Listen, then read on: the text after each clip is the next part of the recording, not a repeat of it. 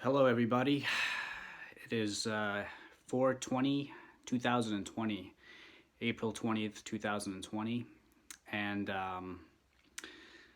well, before I begin, I just wanted to go ahead and state that what I will be talking about, my commentary in this video will be very controversial, and it may even sound conspiratorial to some people. So I may get attacks of derision or whatnot. But I have the right to express my First Amendment, the freedom of speech. And I believe if you don't agree with what I'm saying, with my information, which is going to be facts, you don't have to believe my word for it. You can go ahead and just look it up yourself on the internet. So feel free to bash me if you want, if that's the way that you perceive my information to be. But with everything happening right now, it feels like everything is on hyper speed at this point. Things are just accelerating and escalating so rapidly. I don't even know how to begin or where to begin. But we are currently at our fifth week of quarantine, and there's been a lot going on in the past month and a half, especially since the second week of March, with unemployment, jobless claims, and everything going on. It's just, at this point, it's just overwhelming. So we just received, last week, we received our fourth week of jobless claims, which is over 22 million, which is shocking. That is a number that is already as high as the Great Depression. You know, in the Great Depression, we had about around 25 million, 27 million people unemployed, but nowhere near as rapidly as we have reached at this point. It's only the fourth weekend, and we've already got 22 million jobless claims. It's just, in most states, they can't keep up with the rapid increase. Um, the websites have shut down. They're just being overwhelmed with everything going on, so they just can't keep up. There's only in Florida, as far as I know, in Florida, there's been only 4% of jobless, the jobs that have for the unemployment that have actually been processed, and people right now are just in terrible shape. It's just everything is just, you know, there's been talks that what's been happening has been like biblical, and that's the only term that I can really place for what's happening right now in our world. And this is worldwide, by the way. So this is happening in practically every single country. It's yeah. I mean, it's beyond our wildest dreams, nightmares at this point, and all because of a coronavirus. So it seems like everything that's been happening right now has been of just a virus. It's it's something you can't see with your eyes, uh, something that you can't really touch. It's like this enemy. It's like a war that we're fighting. It's a biological war. It's like right now it's psychological and biological warfare. That's in our doorsteps. Not only in our doorsteps, but everywhere we go. You have this constant reminder. It's like this repetition. It's like they're bashing you no matter where you go, whether it's to leave your house, whether you go to the grocery store, the gas station, um, anywhere you go, you have this thought in the back of your mind that there's this virus, and just this uneasy feeling, this fear. You know, there's this explosion of fear that people are just unable to really act. And what happens is that when you're living in fear, you're not really living. To be honest with you, that's just the way it is. And a lot of people have really been fed up. We've been having states now with Michigan, Ohio, Kentucky, Florida, North Carolina, Virginia, Texas, they're the citizens there, the people there, they've had enough, and they I mean, let's face it, you have to work to survive. Without work, without income, how are you supposed to go on? You can't. These people have lost practically everything. They've lost their livelihoods. They've lost their one source of income, so they can make a living, not only for themselves but for their families, for their kids, for their parents, for their grandparents, for just everybody. And it's really sad, and it's really it's heartbreaking when you think about it, because these are our friends. You know what I mean? These are like our neighbors. These are our colleagues, our classmates from school, our coworkers, our bosses, our employees, our family members and whatnot. And they've lost so much, and all because of a virus. I mean, I'm not gonna sit here and deny that this virus doesn't exist. I'm sure this virus exists, and I'm sure this virus is contagious. But I mean, how far should we really? How far should we succumb to this fact that we should really surrender everything we have and just be completely obedient to the government, and just sit at home willfully obedient and do everything we are told? Are we really free, or are we prisoners of the government? I mean, shouldn't we as individuals of this nation have our own assessment when it comes to our health? Whether we want to work, whether we want to go somewhere, it doesn't matter where. Shouldn't we have the right to make that decision, or do we need a government to make that decision for us? I don't think that's the right way to go about this, if you ask me, because we have the power to make that decision, to make that choice, not a government that is, to be frank with you, this government really doesn't care about us. I mean, that's the truth. I know that I'm gonna get a lot of hate for this, but it's the truth. I mean, if you really think about it, when did this government really care about us from the beginning? Did they care about us when we had not had, but we have air pollution, when we have water pollution? By the way, air pollution and water pollution kills 9 million people annually. Now, I want you to process that for a second, okay? Air pollution combined with water pollution kills 9 million people annually, which if you look up the facts, that equates to about 40% of total deaths worldwide. So, I mean, you go ahead and decide there. Where was our great government when people every day, everywhere, in every country is dying from air pollution, from the mercury and the arsenic that they inhale into their lungs from the air? How much does our government care about us when we're dying from contaminated water, from ill sanitation, when you have fluoride in the water, when your water's constantly being poisoned? How much does our government care then? Or how much does our government care when people every day are dying from cancer?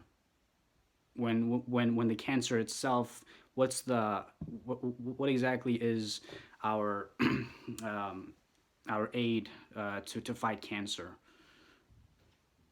You go to the hospital when you're sick with cancer, and they do chemotherapy, and that kills more cells than your cells are able to regenerate. It's just it makes no sense. People die from 500,000 people in this country alone die from smoking every year. How much does our government care about us then, when half the million of the entire when 500,000 of Americans die annually from smoking?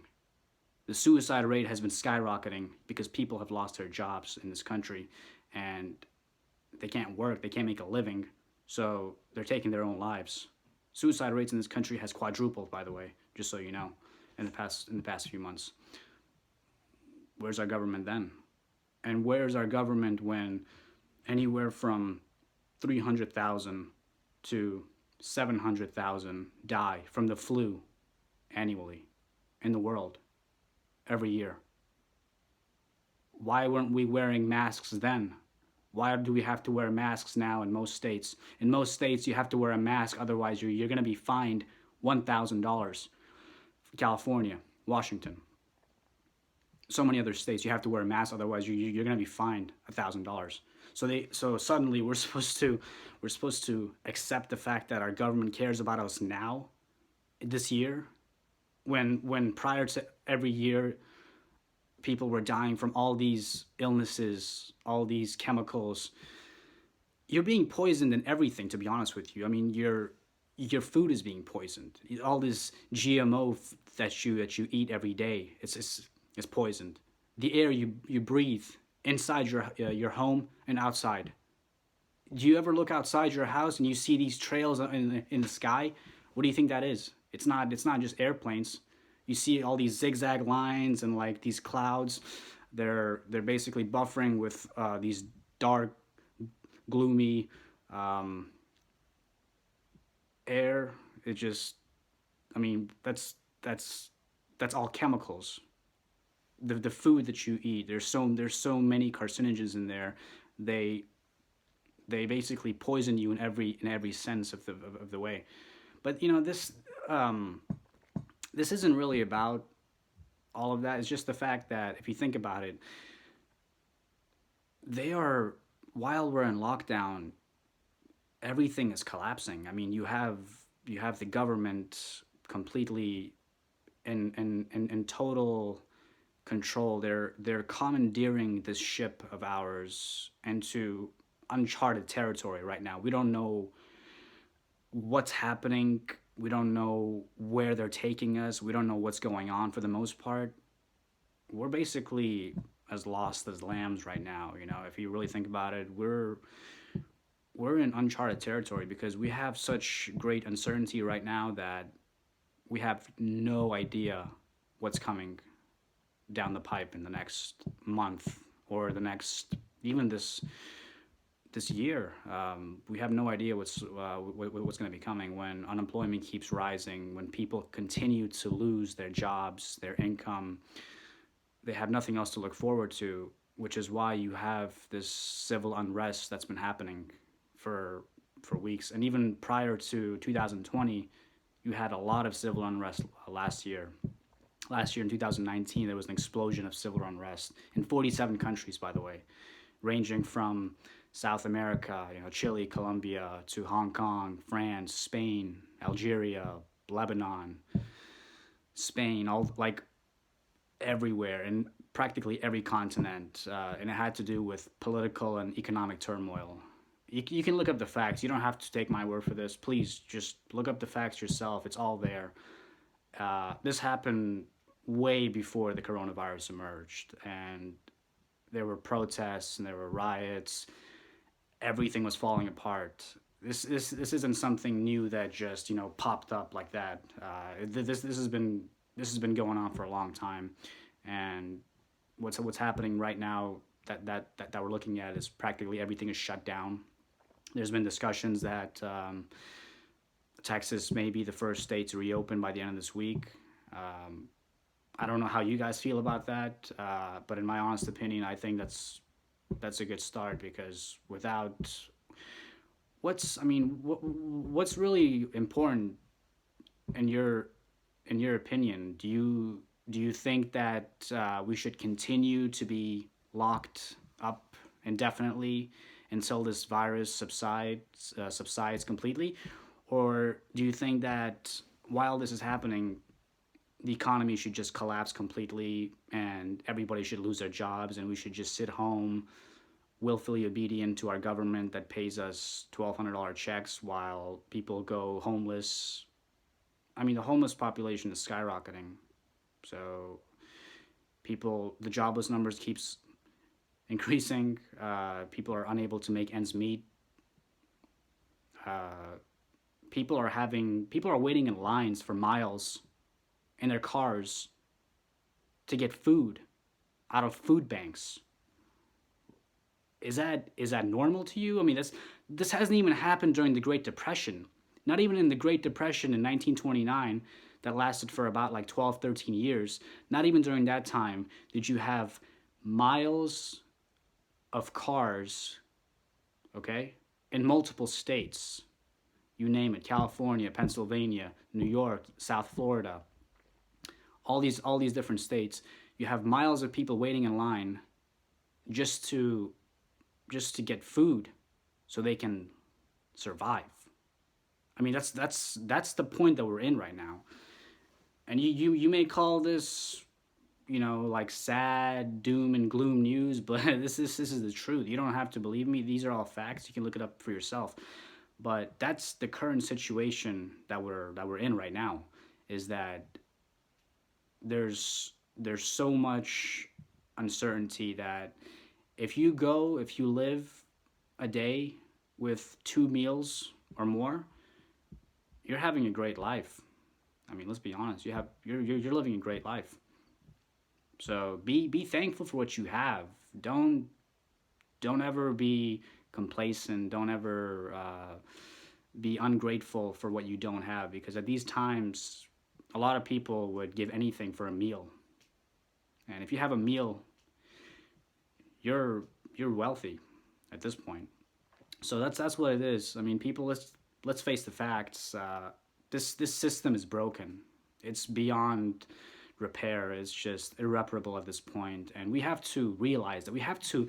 The first step in realizing that there is a problem is to accept the fact that there is a problem, and there is a huge problem. You have to accept that.